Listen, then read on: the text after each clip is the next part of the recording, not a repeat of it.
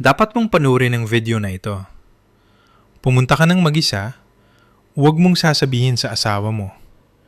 Ang mga salitang yon ay hindi lamang isang mensahe, kundi isang boses na nanginginig, ngunit puno ng determinasyon mula sa teleponong nakadikit sa aking tainga. Binura nito ang katahimikan ng umaga ng aming pulot gata, at ang maliwanag na sikat ng araw sa labas ay tila naging malamig at kulay abo. 15 minuto pa lang ang nakalilipas, akala ko ako na ang pinakamasayang babae sa mundo.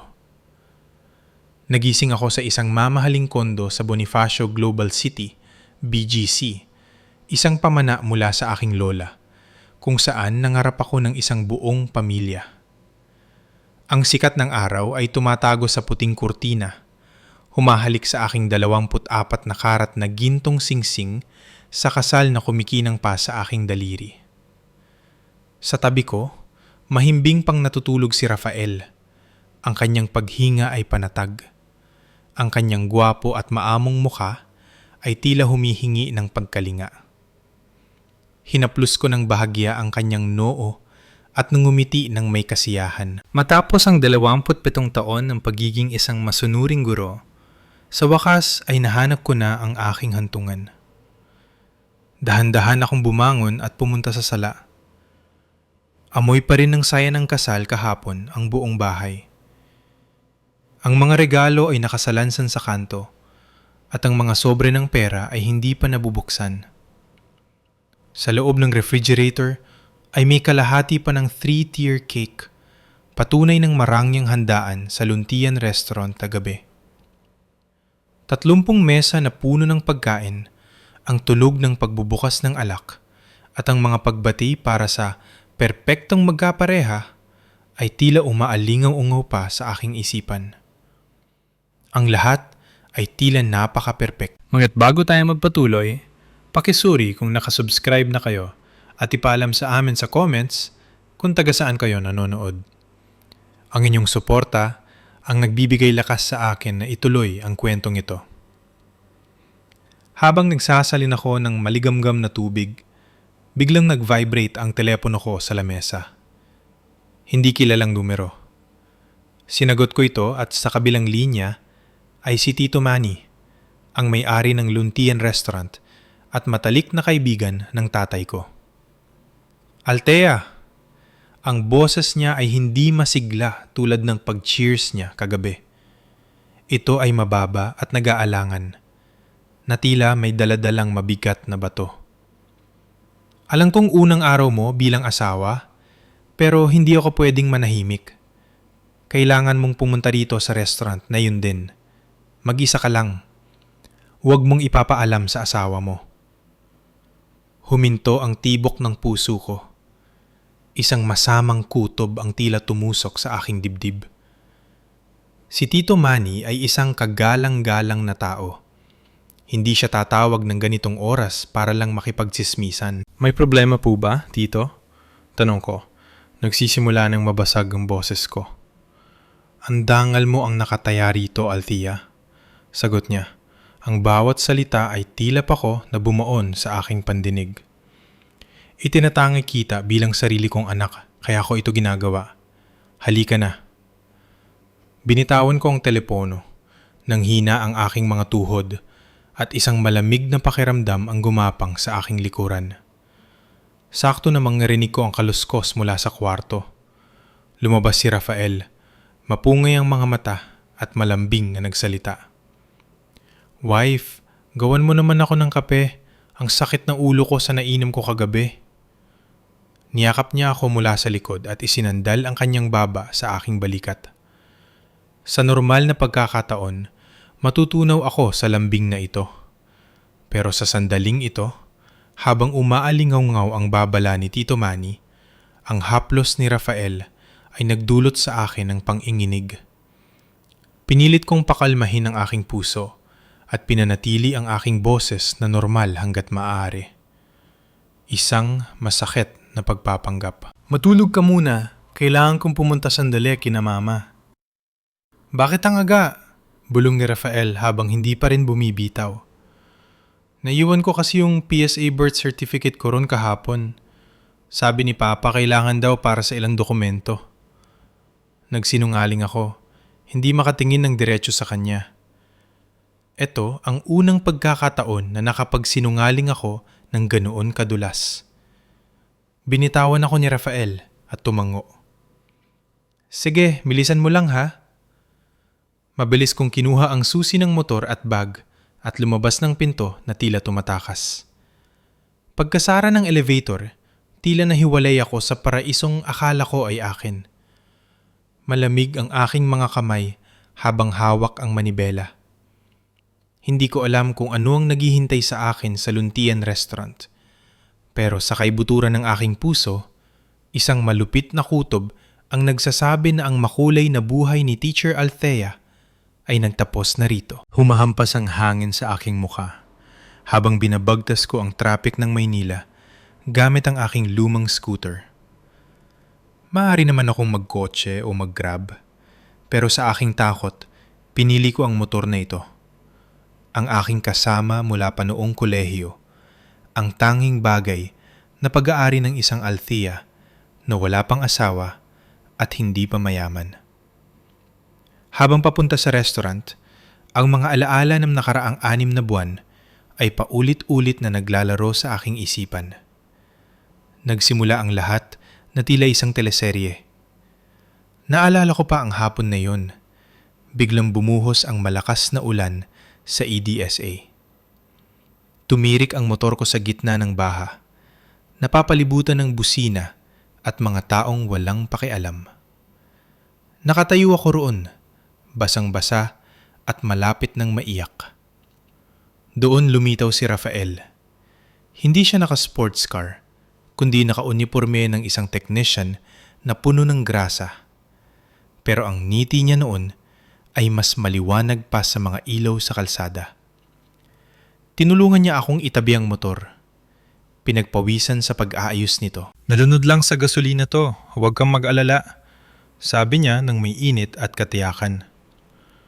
Para sa isang guro na sanay lang sa chalk at blackboard, si Rafael ay isang bayani. Ngayon ko lang naisip, masyadong saktong-sakto ang pagdating niya. Pero noon, ang turing ko rito ay tadhana. Mabilis na lumalim ang aming pagmamahalan. May malaking agwat sa aming katayuan na pilit kong binalawala. Ako, isang babaeng taga Maynila na may sariling bahay at mana. Samantalang si Rafael ay isang probinsyanong nangungupahan lang at maliit ang sahod, pero puno ng ambisyon. Naalala ko ang mga gabi na nakayakap ako sa kanya habang namamasyal kami. Madalas niyang sabihin, "Nahihiya ako, Althea. Lalaki ako, pero ikaw ang may bahay. Ayokong sabihin ng mga tao na nakasandal lang ako sa iyo. Magtatrabaho ako ng mabuti para mabilhan kita ng mas malaking bahay gamit ang sarili kong pera." Naniwala ako. Naniwala ako ng lubos. Akala ko ang apoy sa kanyang mga mata ay pag-ibig at responsibilidad. Hindi ko alam na ang ambisyon niya ay hindi ang bumuo ng tahanan kasama ako, kundi ang agawin ng tahanan na meron na ako. Hindi lang ako ang nakuha ni Rafael. Nakuha rin niya ang loob ng aking mga magulang na napakahigpit na mga retiradong opisyal. Ang tatay ko na dati ay ayaw sa mga manliligaw ko ay halos sambahin na si Rafael. Paano namang hindi? Tuwing weekend ay nandito siya para ayusin ang kuryente, butas na bubong o maglinis ng mga gamit sa bahay. Nagbibigay siya ng espesyal na lambanog kay Papa at sinasamahan ang mama ko sa simbahan tuwing linggo. "Napakaswerte mo kay Rafael," sabi ng mga kapitbahay. At nalunod ako sa pagmamalaking iyon. Binuksan ko ang pinto ng aking buhay para sa kanya nang walang pag-aalinlangan. Ngunit ang masaklap, sa perpektong palabas na yon, hindi lang si Rafael ang bida. Lumitaw sa isip ko si Bianca, ang matalik kong kaibigan mula pa noong kolehiyo. Si Bianca ang pinaka-enthusiastic sa aming relasyon. "Matanda ka na, 27 ka na. Huwag ka nang mapili. Madalas niyang biro. Guwapo si Rafael at mahalaga. Kapag pinakawalan mo yan, magsisisi ka. Sa kasal kahapon, si Bianca ang maid of honor. Siya ang nag-ayos ng gown ko, nag-ayos ng buhok ko, at uminom pa para sa akin kapag pinipilit ako ng mga bisita. Naalala ko ang tingin ni Bianca kay Rafael sa altar. Isang tingin na akala ko noon ay paghanga para sa kaligayahan ng kaibigan. Nabulag ako. Hindi ko kinuwestiyon kung bakit nangiinginig ang kamay ni Rafael nang isuot ang singsing. Hindi ko kinuwestiyon kung bakit alam na alam ni Bianca ang mga gusto ni Rafael. Hindi ko alam na ang aking kabaitan at ang aking malaking mana ang pain na pinagkakaisahan nilang lamunin. Pumasok ang motor ko sa gate ng Luntian Restaurant. Tahimik at malamig ang parking lot, malayo sa ingay kagabi. Pinatay ko ang makina at naupo muna sandali. Ang mga matatamis na alaala ay naging mapait sa aking lalamunan.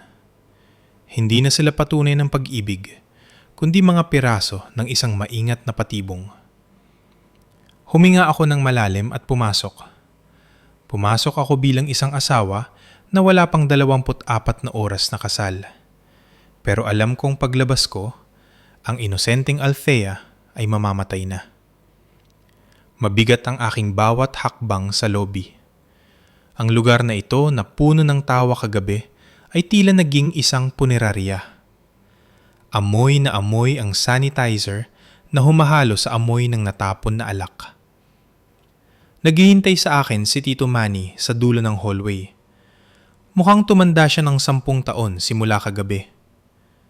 "Nandito ka na," sabi niya, ang boses ay paos. Hindi siya makatingin sa akin ng diretsyo, na tila siya ang may kasalanan. Tahimik niya akong dinala sa security room. Maliit lang ang kwarto. Puno ng mga monitor na nagpapakita ng bawat sulok ng restaurant. Pinaupo ako ni Tito Manny at binigyan ng baso ng tubig. "Tito, ano po bang nangyayari?" Tanong ko habang nanginginig ang aking boses. Bumuntong hininga siya. Kaninang umaga, nire-review ng technician ang camera sa wine cellar para i-check ang inventory. At nakita nila ito. Itinuro niya ang monitor. Nangyari ito bandang 9:30 kagabi. 9:30. Inisip ko kung nasaan ako noon. Naalala ko na. Kasama ko ang mga magulang ko, naglalakad sa bawat mesa para mag-toast. Nakanghiti ako hanggang sa sumakit ang pisingi ko, tumatanggap ng mga sobre at pagbate. Punong-puno ako ng danggal dahil sa aking perpektong asawa. Ni-click ni Tito Manny ang mouse. Lumaki ang screen. Iyon ang wine cellar, kung saan nakatago ang mga mamahaling alak. Bumukas ang pinto at pumasok ang isang pamilyar na babae. Ang maid of honor na nakasuot ng pink na gown, si Bianca. Ang kaibigang nagsabi sa akin na maging masaya ka sana, pero hindi siya nag-iisa. Sa likod niya ay pumasok ang isang matangkad na lalaki at isinara ang pinto. Si Rafael, ang asawa ko. Pinigilan ko ang aking hininga. Umaasa ako na kukuha lang sila ng alak. Pero nang sumara ang pinto, agad na sinunggaban ni Rafael si Bianca. Walang pilitan, walang pag-aalinlangan. Isinandal niya si Bianca sa estante ng mga alak. Hindi lumayo si Bianca. Sa halip ay niyakap niya ang leeg ni Rafael at tumawa ng malandi. Sila ang asawa ko at ang matalik kong kaibigan. Ginagawa nila ang kasuklam-suklam na bagay na yon habang ako ay nasa kabilang dingding lang, nagpapasalamat sa mga kamag-anak. Gumuho ang mundo ko. Naramdaman ko ang matinding pandidiri. Nakita ko sa aking isipan ang aking puting wedding gown na tila natalsika ng putik. Ang kanilang paghahalikan ay puno ng karanasan. Hindi ito aksidente. Hindi ito dahil sa lasing. Ito ay isang nakasanayang pagtataksil na matagal na nilang ginagawa sa harap ko. Pakiramdam ko ay isa akong tanga, isang tau-tauhan na itinayo nila para pagtakpan ang kanilang maruming balak. Gusto kong sumigaw, gusto kong wasakin ang monitor, pero tila napako ang aking mga paa sa sahig. Tahimik lang si Tito Manny. Alam niyang kailangan kong makita ang lahat para magising sa katotohanan. Pagkatapos, inabot niya ang volume knob. Althea, pakinggan mo ito. Ito ang mas mahalaga. Ano pa ba ang masasakit sa makitang nagtataksil ang asawa mo sa gabi ng inyong kasal? Pero mali ako. Ang pisikal na pagtataksil ay simula pa lang. Ang tunay na patalim ay paparating pa lang. Ang boses ni Rafael ay umalingaw-ngaw sa speaker. Pero hindi ito ang malambing na boses na alam ko. Ito ay puno ng pagyayabang. Tiisin mo muna, babe. Last day na ng pag-arte ko ngayon. Sa screen, inaayos ni Rafael ang kanyang barong habang hinalikan si Bianca sa pisingi. Nakakasuka yung mukha niya habang nagvow ako sa altar. Akala mo naman talagang mahal ko siya. Napaka-utu-uto talaga ng guru na yan. Nanigas ako sa aking kinauupuan. Ang aking tapat na pag-ibig ay itinuring niyang isang murang komedya. Sumandal si Bianca sa estante at uminom ng alak. Kailan mo ba kukunin ang bahay? Tanong ni Bianca sa isang malamig na tono. Ayoko nang magtago ng ganito. Asawa ka niya, pero ako ang mahal mo. Tumawa si Rafael, isang tawang tila demonyo. Huwag kang mag-alala, planado na ang lahat. Bobo yang si Althea. Susunod yan sa lahat ng sasabihin ko. Sa batas na yun, ang mana niya bago ang kasal ay kanya lang. Kaya ang gagawin ko, pagkalipas ng ilang buwan, sasabihin ko na masikip ang kondo sa BGC, na hindi maganda ang feng shui para sa negosyo ko. Papayag siyang ibenta yon. Ang pera sa pagbebenta at ang mga regalong ginto sa kasal, sasabihin ko na ipambili natin ng mas malaking bahay sa Tagaytay o Nuvali. Kapag nabili na ang bagong bahay habang kasal na tayo, magiging conjugal property na yun. Pangalan nating dalawa ang nakalagay. Pumitik siya ng daliri. Pagkatapos nun, gagawa ko ng away, tapos divorce. Hahatian ko siya sa bahay, at least makakakuha ako ng 3 milyong piso. Isama mo pa yung mga ginto na nasa akin na. Mabubuhay na tayo ng marangya. Nanginig ang buong katawan ko. Walang pag-ibig.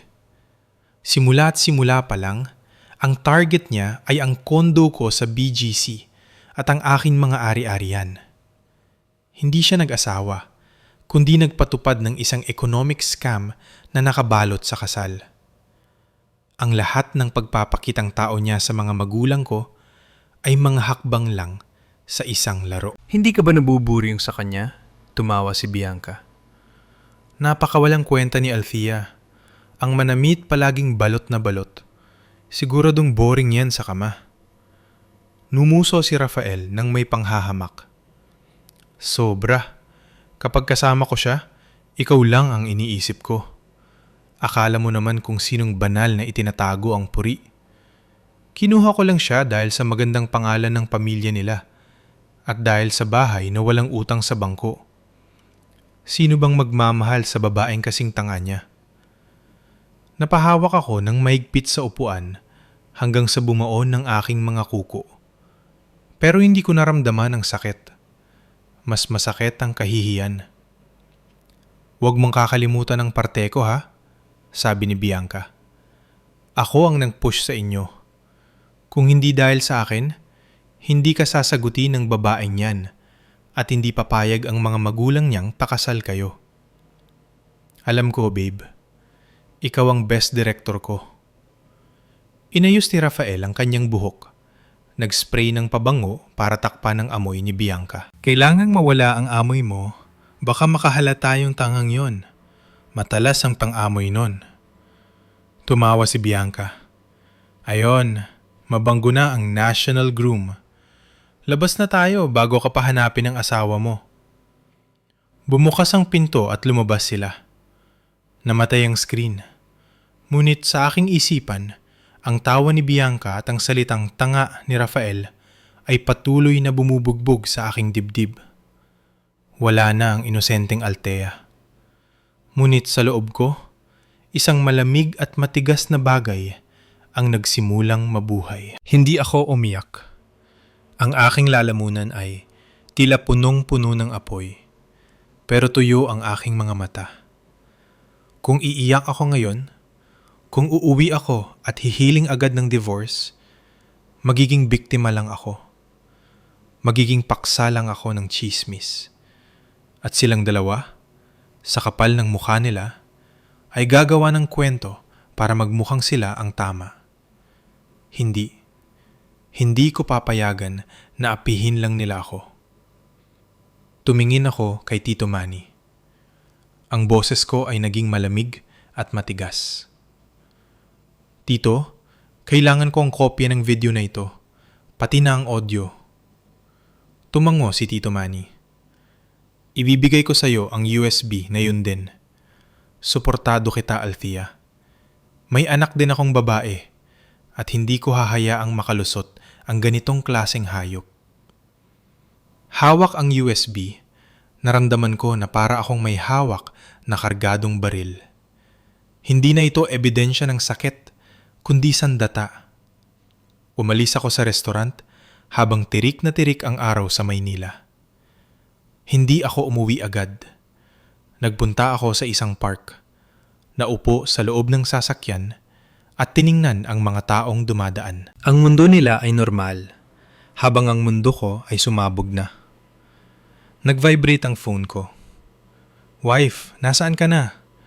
Gutom na ako, miss na kita. Uwi ka na. Mensahe mula kay Rafael na may heart emoji. Nasusuka ako. Wife, ang tawag niya sa akin matapos akong tawaging tanga. Ang pandidiri na ito ang naging gamot ko para maging matalas ang isip. Tinawagan ko si Clara, ang matalik kong kaibigan mula high school, na isa ng sikat na lawyer para sa family law. Clara, kailangan ko ng tulong mo. Buhay at kamatayan ito. Sinabi ko sa kanya ang lahat. Gusto ko ng divorce, pero bago yun, gusto ko silang hiyain sa harap ng lahat ng taong mahalaga sa kanila. Gusto ko ng legal na bitag na hindi nila matatakasan. Pumunta ka rito sa office ko ngayon din, sagot ni Clara. Pagpunta ko kina Papa, ipinakita ko sa kanila ang video. Halos mabasag ang baso sa kamay ni Papa sa galit. Hayop na yan! Pupuntahan ko siya at bubugbugin ko, sigaw ni Papa. Pinigilan ko siya. Pa, kapag sinaktan niyo siya, kayo ang makukulong at siya ang magmumukhang biktima. Yun ang gusto niya para makuha ang pera natin. Makinig kayo sa akin. Ipinaliwanag ko ang aking plano. Isang thank you party sa Luntian Restaurant sa darating na Sabado. Iimbitahan namin ang lahat. Ang mga magulang ni Rafael mula sa probinsya, ang boss niya sa trabaho, ang mga kaibigan namin, at syempre, si Bianca bilang espesyal na panauhin. Sa loob ng 3 araw na kasama ko si Rafael sa kondo, nagpanggap ako. Tuwing niya yakapin niya ako, nanginggilabot ako. Sa gabi, sinasabi ko na masama ang pakiramdam ko dahil sa period para hindi niya ako mahawakan. Sinabi ko rin sa kanya na papayag na akong ibenta ang kondo para bumili ng bahay sa Tagaytay. Halos kumislap ang mga mata niya sa kasakiman. Hindi niya alam na hinuhukay na niya ang sarili niyang libingan. Nakipag-ayos din ako kay Bianca, sinabing may sorpresa ako sa kanya sa party bilang pasasalamat sa pagiging matchmaker niya. Dumating ang gabi ng party. Nakasuot ako ng isang pulang damit. Ang kulay ng digmaan. Puno ng tao ang VIP room. Nandoon ang mga magulang ni Rafael na proud sa kanilang anak. Nandoon ang kanyang boss. Sa gitna ng kasiyahan, tumayo si Rafael at nagbigay ng speech tungkol sa Walang hanggang pag-ibig. Pumalakpak ang lahat. Pagkatapos, ako naman ang tumayo. May sorpresa ako para sa asawa ko at sa matalik kong kaibigan. Sabi ko habang nakangiti. Pinatay ang ilaw. Sa 300 pulgada LED screen, hindi mga picture ng kasal ang lumabas, kundi ang video sa wine cellar. Ang tunog ay malakas at malinaw. Nakita ng lahat ang pagtataksil nila at ang plano nilang pagnakaawan ako. Ang katahimikan sa loob ng kwarto ay nakakabini. Sinampal ni Papa si Rafael sa harap ng lahat. Ang mga magulang ni Rafael ay napayuko sa tinding kaihiyan. Ang boss ni Rafael ay umalis nang may galit sa muka. Inihagis ko ang aking singsing sa mukha ni Rafael. Kunin mo yan at ibenta mo. Yan na ang huling makukuha mo sa akin. Sinabi ko rin kay Bianca na ipinadala ko na ang video sa kanyang modeling agency at sa kanyang fiancé sa probinsya.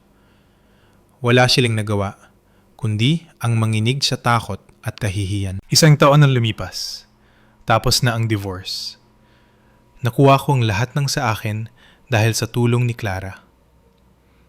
Isang araw, habang lulan ako ng aking bagong kotse sa gitna ng ulan sa Makati, nakita ko ang isang pamilyar na lalaki.